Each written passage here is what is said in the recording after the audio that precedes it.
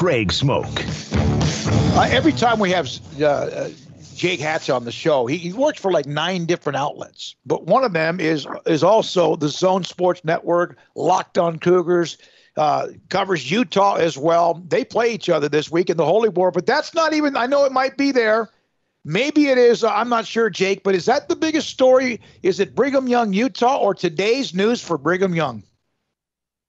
There are very few things that would overshadow the Holy War because that's a game that involves this entire state, literally. But BYU making it into the Big 12 has overshadowed it, at least for the next 24 hours. BYU has been wanting to get into a conference pretty much since they went independent. I know that this was kind of a move to grow their brand. Did this take longer than they thought? Are they happy with the timeline, or how much of a struggle has this been? I remember at the outset when they initially announced they were going independent, there were a lot of people who thought 3-4 years we'll jump into a conference, life will be good. And then as things kind of got a little longer and longer, we got towards that decade mark. I remember talking with some people who thought that at some point BYU is just going to throw up their hands and say, you know what? We're sticking independent forever. We're not even going to look at other options. So I think that the timeline has gone a little bit longer than a lot of people have expected. But I can tell you this much. There are thousands of BYU fans who are over the moon about being members of the Big 12. What do you think about the fit for BYU in the Big 12, just in terms of the teams that are already here, but also the ones that will be coming along as well? I think BYU is excited about it. Obviously, there's a lot of people out there who say, well, who's the blue blood in that conference? Well, maybe there's not a traditional blue blood there, but this gives every team, I feel like, a pretty even footing, a new conference to really come into and try and make their own imprint on it. So I think by and large, BYU is very satisfied with where they sit. And I think just the overall sense that they finally are in the big time, they're part of the Power Five. That is what they are most excited about. Yeah, they have always been. I know they've been a part of conferences before, and they are in some ways with other sports. But Jake, you and I have talked about this now, along with the show, and when we've called each other and just discussed this. This happened so rapidly. I mean, this was as bad as the news was with UT and Oklahoma leaving for those left in the Big 12. Don't you think it was almost as quick and surprising how quickly this changed? Yeah, it was very quick. I remember talking with some people as news started breaking out about this, and I kept asking people, well, what's the timeline on when this is going to happen? I in my mind, I was like, okay, this is probably a year or two away. No, they're like, no, this is happening in weeks. I'm like, what do you mean weeks? It turns out it was not even a month. I really feel like before things were all done.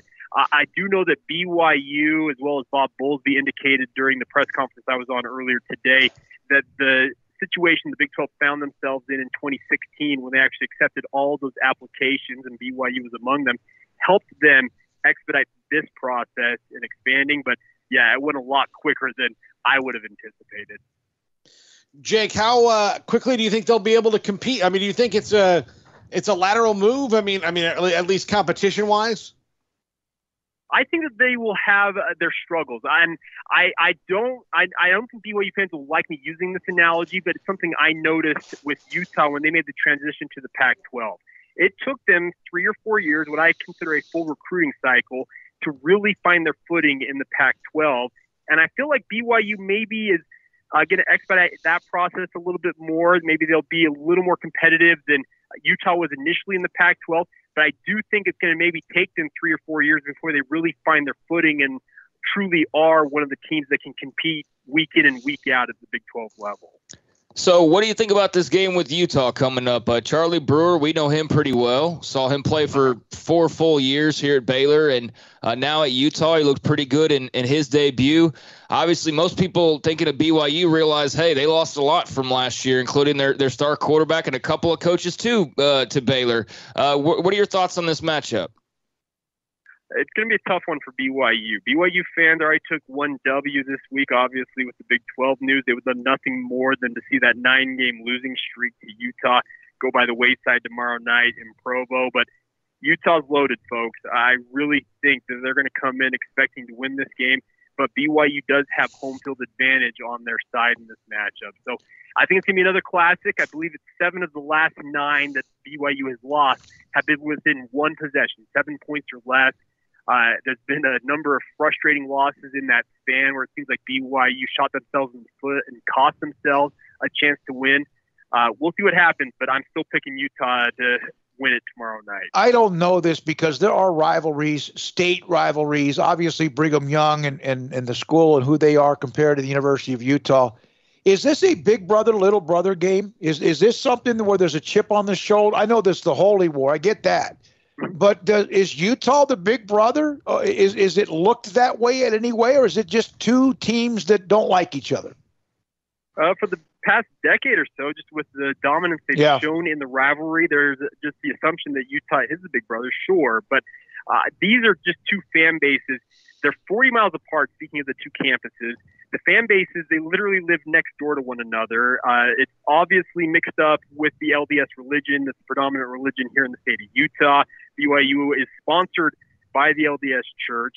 Utah was founded by Brigham Young, who bears BYU's name. There is just so much tied up in this rivalry that the fan base is plain and simple. Even if it were they went back and forth every single year, winning home game, they just were split 50-50, there'd still be the same animosity.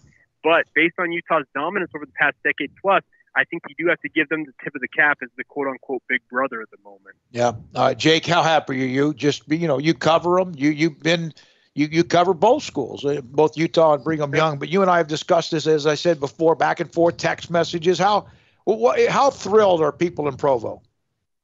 I think people are just elated for this. Because the fun part is now, working here in the market that I work in, we are going to now have Pac-12 teams coming in to face off against Utah. We're going to have Big 12 teams coming in to face off against BYU.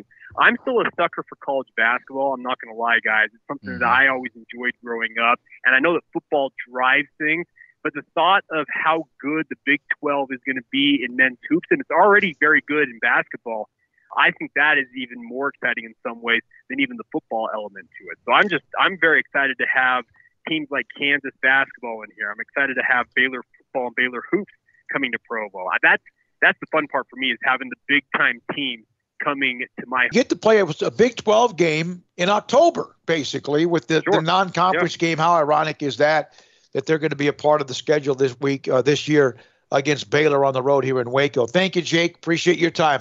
Always. Thanks for having me, guys. Jake Hatch, he's Yuck on Zone Sportsnet. It's on his Twitter feed. Also with DJ and PK in the morning. He's also Locked on Cougars, Locked on Utes, and at Rebelcast. Jake Hatch joins us on Brigham Young. That's a